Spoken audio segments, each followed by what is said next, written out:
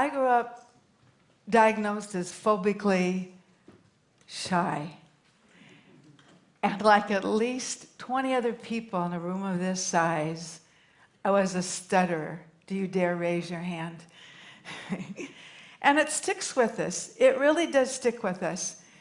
Because when we are treated that way, we feel invisible sometimes. We're talked around and at.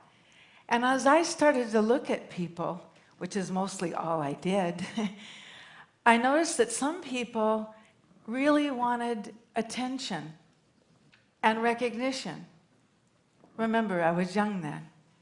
So what did they do? What we still do, perhaps too often, we talk about ourselves. And yet there are other people I observed who had what I call a mutuality mindset.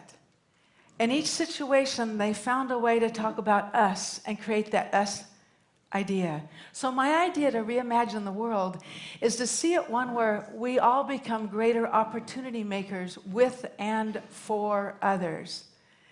There's no greater opportunity or call for action for us now than to become opportunity makers who use best talents together more often for the greater good and accomplish things we couldn't have done on our own.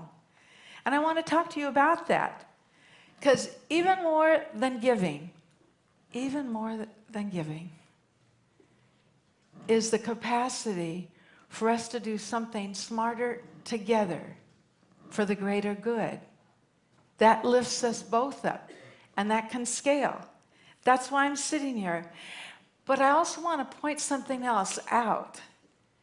Each one of you is better than anybody else at something.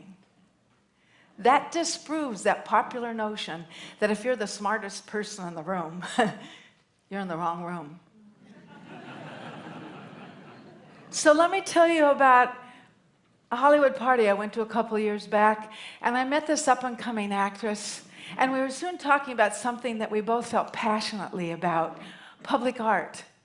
And she had the fervent belief that every new building in Los Angeles should have public art in it. She wanted a regulation for it. And she fervently started, who's here from Chicago? She fervently started talking about these bean-shaped reflective sculptures in the Millennium Park. And people would walk up to it, and they'd smile in the reflection of it, and they'd pose, and they'd vamp, and they'd take selfies together, and they'd laugh.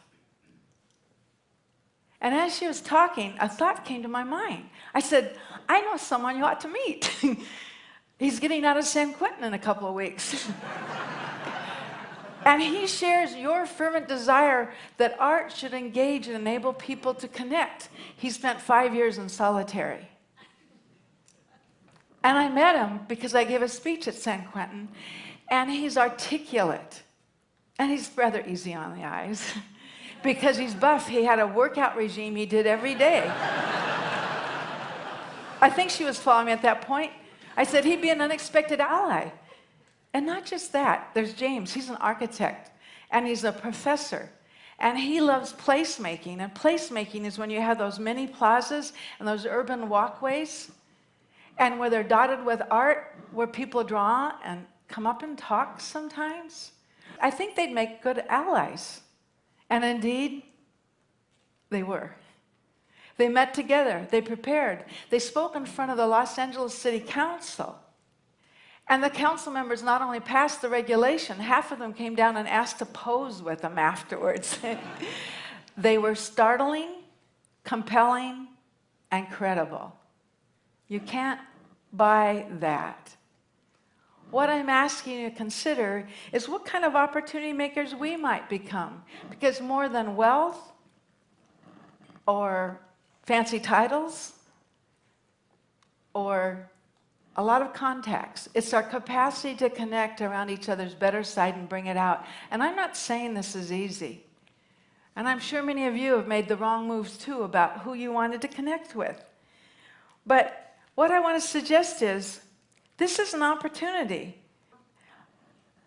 I started thinking about it way back when I was a Wall Street Journal reporter and I was in Europe and I was supposed to cover trends and trends that transcended business or politics or lifestyle. So I had to have contacts in different worlds, very different than mine, because otherwise you couldn't spot the trends. And third, I had to write the story in a way, stepping into the reader's shoes, they could see how these trends could affect their lives.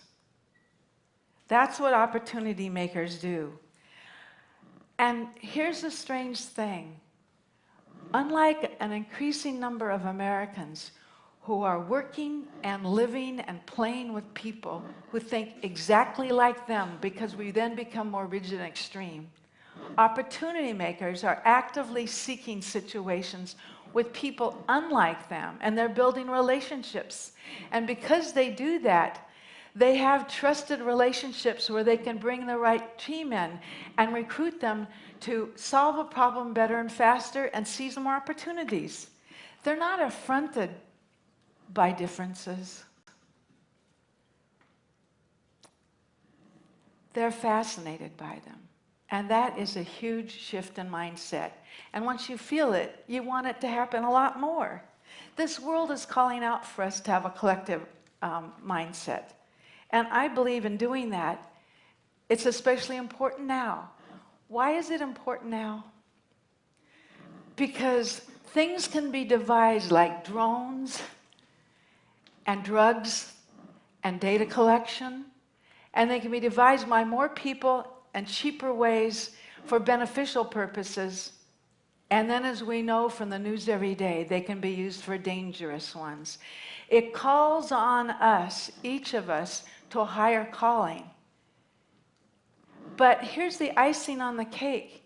It's not just the first opportunity that you do with somebody else that's probably your greatest as an institution or an individual. It's after you've had that experience and you trust each other. It's the unexpected things that you devise later on you never could have predicted.